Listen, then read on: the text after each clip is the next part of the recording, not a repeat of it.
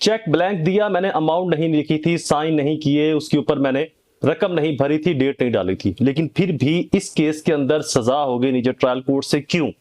मैं अक्सर अपने क्लाइंट से, अपने फाजल दोस्तों से ये कहता हूं कि जब भी फाइनेंस क्राइम डिफरेंट है इन अदरवाइज क्राइम से, ये चीज आप ज़हन नशीन कर लें।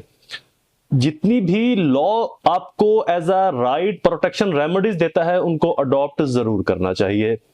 कौन से राइट, कौन सी रेमेडीज हैं, ये हमें अक्सर याद आता है जब हम अपील के अंदर जाते हैं, जब हमें सजा हो जाती है या फिर हमारी बेलें जो है वो रिजेक्ट हो जाती है। अब ये ऑनरेबल सुप्रीम कोर्ट की जजमेंट है 2010 SCMR 806, जिसके अंदर ब्लैंक चेक के बारे के अंदर बहुत तफसील के साथ लिखा गया कि ये एक नेचुरल पर्सन या एक रैशनल माइंड इसको तस्लीम नहीं करता कि आपने किसी को ब्लैंक चेक दिया हो।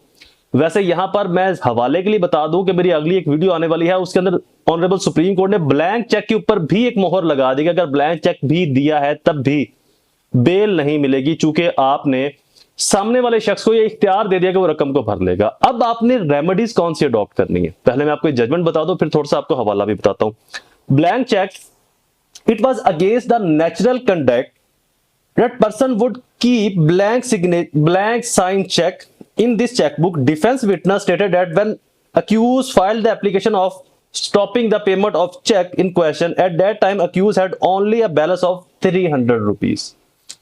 अब अकाउंट में बैलेंस नहीं है, ये भी आपकी एक मेलाफाइडी शो करता है। फाइनेंस क्राइम से रिलेटेड हमारी जो कंपनीज हैं या क्लाइंट्स हैं, उनको मैं अक्सर कहता हूं कि जब आपने स्टॉप पेमेंट लगवानी है तो फिर आपने कुछ चीजों को इसेंशियली फुलफिल करना है। जिस चेक पर स्टॉप पेमेंट आप जिस दिन लगवा रहे हैं, उस दिन आपकी उतनी पेमेंट जरूर हो जिस पेमेंट के इवज आपने चेक जारी किया हुआ। अदरवाइज सिर्फ स्टॉप पेमेंट आपको नहीं बचा पाएगी। बहुत सारे लोग आते हैं, जी हमने स्टॉप पेमेंट लगवाई थी, बिल कैंसिल होगी, फलां बंदे ने कहा था कि स्टॉप पेमेंट लगवा ले, फलां ने कहा था कि चेक चोरी की एप्लीकेशन करवा दें। ऐसी तमाम एप्लीकेशंस की, स्टॉप पेमेंट्स की कोई वक़्त नहीं है।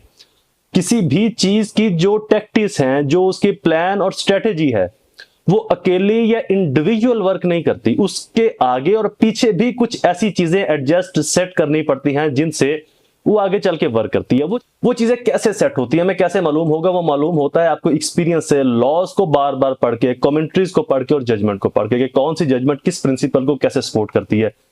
यहां पर एक प्रिंसिपल, यहां पर दूसरा प्रिंसिपल, इन दोनों प्रिंसिपल्स को अटैच किया। जैसे कि स्टॉप पेमेंट लगवानी है तो इस जजमेंट के अंदर स्टॉप पेमेंट के वक्त आपके अकाउंट में रकम नहीं थी। एक और जजमेंट है, वहां पर स्टॉप पेमेंट के अलावा चेक चोरी की एप्लीकेशन नहीं थी। एक और जजमेंट है, वहां पर चेक चोरी था, स्टॉप पेमेंट नहीं थी।